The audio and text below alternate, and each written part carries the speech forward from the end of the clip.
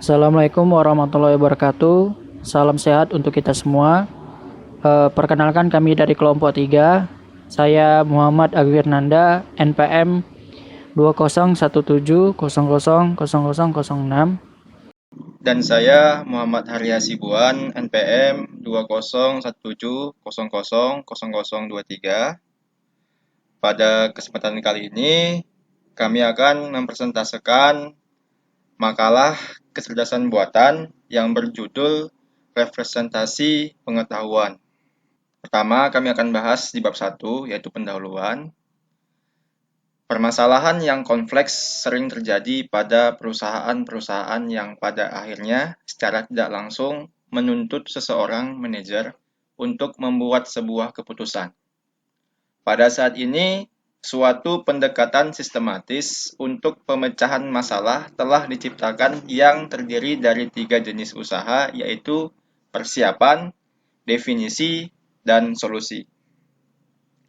Dalam mempersiapkan pemecahan masalah, manajer memandang perusahaan sebagai suatu sistem dengan memahami lingkungan perusahaan dan mengidentifikasi subsistem-subsistem. Sehingga dibutuhkan sebuah metode untuk memecahkan masalah secara efektif. Salah satunya menggunakan artificial intelligence. Namun, terdapat salah satu cabang AI yang bisa digunakan dalam pemecahan masalah, yakni representasi pengetahuan. Pada makalah ini terdapat rumusan masalah. Di antaranya ialah 1.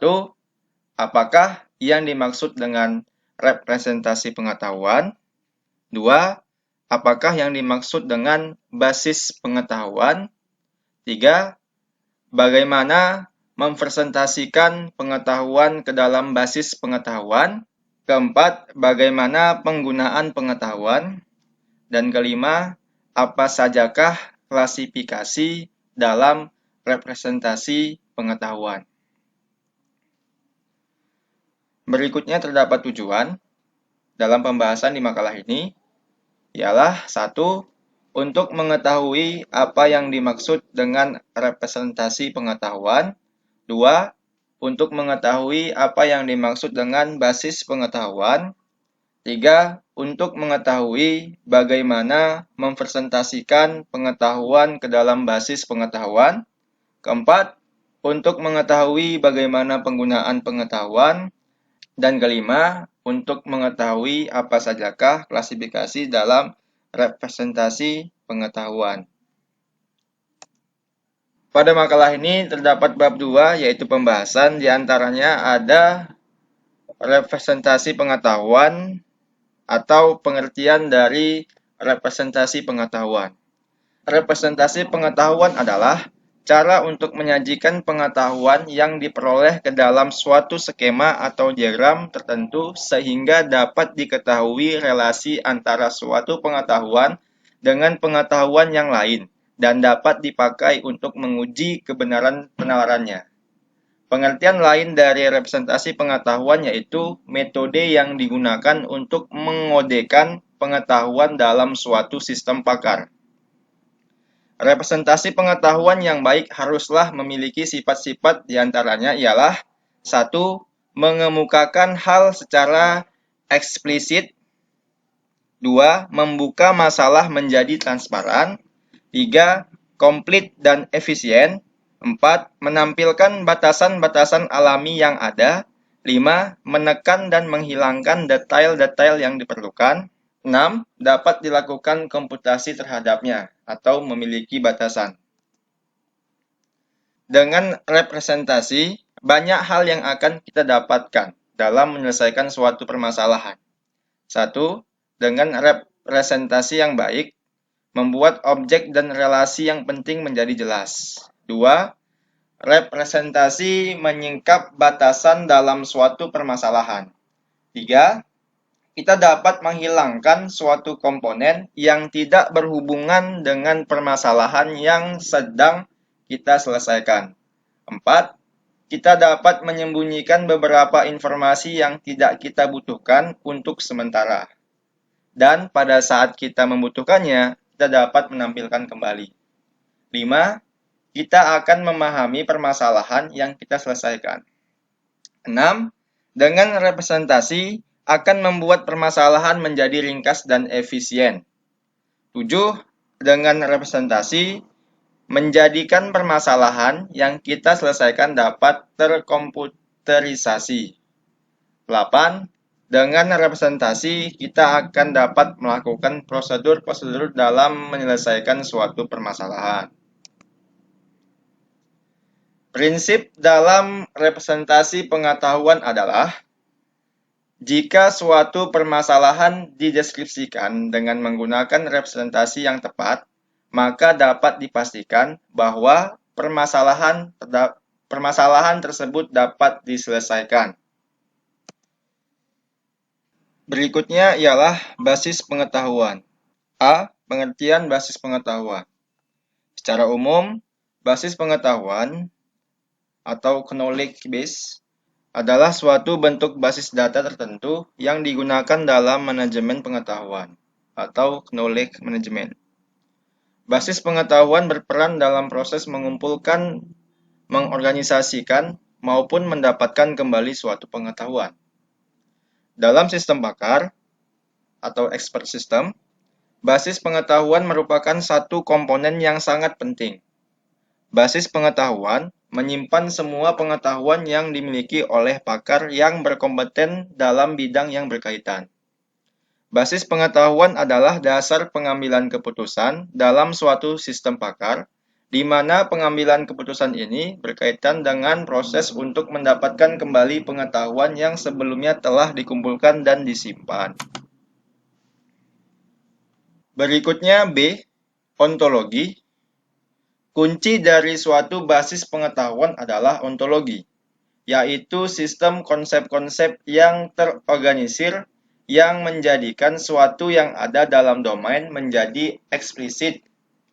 Ontologi merupakan spesifikasi dari suatu konseptualisasi atau suatu teori logis yang memberikan suatu akun eksplisit yang parsial dari suatu konseptualisasi. Komponen-komponen dari ontologi antara lain: 1. Konsep digunakan dalam pemahaman yang luas. Sebuah konsep dapat sesuatu yang dikatakan, sehingga dapat pula merupakan penjelasan dari tugas, fungsi, aksi, strategi, dan sebagainya.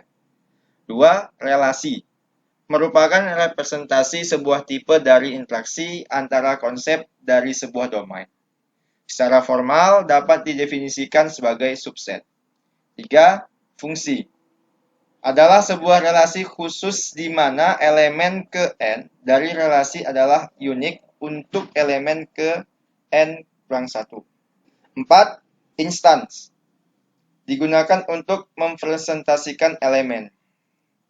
Sebuah ontologi adalah sebuah struktur hierarki dari sistem untuk menjelaskan sebuah domain yang dapat digunakan sebagai landasan untuk sebuah basis pengetahuan. Untuk selanjutnya akan dipresentasikan oleh Bang Muhammad Agung Irnanda. Untuk Bang Muhammad Agung Irnanda, saya persilahkan. Baik, poin selanjutnya kita bahas tentang yang namanya model representasi pengetahuan. Pengetahuan dapat dipresentasikan dalam bentuk sederhana atau kompleks, tergantung dari masalahnya. Terdapat beberapa model atau bentuk representasi pengetahuan yang telah dikembangkan. Yang pertama, ada logika. Logika merupakan suatu pengkajian ilmiah tentang serangkaian penalaran, sistem kaidah, dan prosedur yang membantu proses penalaran. Logika merupakan bentuk representasi pengetahuan yang paling tua, yang menjadi dasar dari teknik representasi high level. Dalam melakukan penalaran, komputer harus dapat menggunakan proses penalaran deduktif dan induktif ke dalam bentuk yang sesuai dengan manipulasi komputer, yaitu logika simbolik atau logika matematik. Yang kedua, jaringan semantik atau semantic nets. Representasi jaringan semantik merupakan penggambaran grafis dari pengetahuan yang memperlihatkan hubungan hierarkis dari objek-objek. Komponen dasar untuk merepresentasikan pengetahuan dalam bentuk jaringan semantik adalah yang simpul atau node dan penghubung atau link. Simpul mempresentasikan objek, konsep, atau situasi. Jaringan semantik merepresentasikan pertanyaan bahwa semua komputer merupakan alat elektronik, semua PC merupakan komputer, dan semua komputer memiliki monitor. Dari pernyataan tersebut dapat diketahui bahwa semua PC memiliki monitor dan hanya sebagian alat elektronik yang memiliki monitor. Yang ketiga, Object Attribute Value atau OAV. Objek dapat berupa bentuk fisik atau konsep. Atribut adalah karakteristik atau sifat dari objek tersebut. Value atau nilai berupa besaran atau nilai atau takaran spesifik dari atribut tersebut pada situasi tertentu. Dapat berupa numerik, string, dan boolean. Sebuah objek dapat memiliki beberapa atribut, biasa disebut OAV multi-atribut. Yang keempat, bingkai atau frame. Bingkai memuat deskripsi sebuah objek dengan menggunakan tabulasi informasi yang berhubungan dengan objek. Dengan demikian, bingkai membantu mendirikan cara seseorang mengorganisasikan informasi tentang sebuah objek yang menjadi kumpulan data. Yang kelima, aturan produksi atau production rule. Kaidah menyediakan secara formal untuk mempresentasikan rekomendasi, arahan, atau strategi. Kaidah produksi dituliskan dalam bentuk jika maka atau if then. Kaidah if then menghubungkan antecedent dengan konsekuensi yang diakibatkannya. Poin selanjutnya tentang penggunaan pengetahuan. Diambil dari salah satu jurnal. Agar pengetahuan dapat digunakan dalam sistem pengetahuan harus dipresentasikan dalam format tertentu yang kemudian dihimpun dalam suatu basis pengetahuan. Penggunaan pengetahuan dalam basis pengetahuan sering kita jumpai pada sistem pakar atau expert system. Sistem pakar adalah sistem yang berusaha mengadopsi pengetahuan manusia ke komputer agar komputer dapat menyelesaikan masalah seperti biasa dilakukan oleh para ahli. Sistem pakar terdiri dari dua bagian yang harus dimiliki. Yang pertama, knowledge base dan inference engine. Knowledge base adalah sebuah database yang menyimpan informasi pengetahuan tertentu dan aturan-aturan tentang subjek tertentu. Sedangkan inference engine adalah bagian dari sistem pakar yang mencoba menggunakan informasi yang diberikan untuk menemukan objek yang sesuai. Komponen sistem pakar yaitu antarmuka pengguna atau user interface, basis pengetahuan atau knowledge base, mesin inferensi atau inference machine, memori kerja atau working memory, workplace, fasilitas penjelasan dan perbaikan pengetahuan. Untuk poin selanjutnya, klasifikasi pengetahuan. Pengetahuan diberikan menjadi 4 klasifikasi. Yang pertama, representasi logika. Yang kedua, representasi prosedural.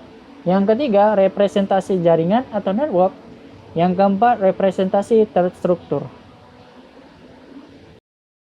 Baik, selanjutnya bab 3 yaitu penutup. Berdasarkan hasil pembahasan di atas atau makalah yang sudah kami presentasikan sebelumnya, maka dapat disimpulkan bahwa 1.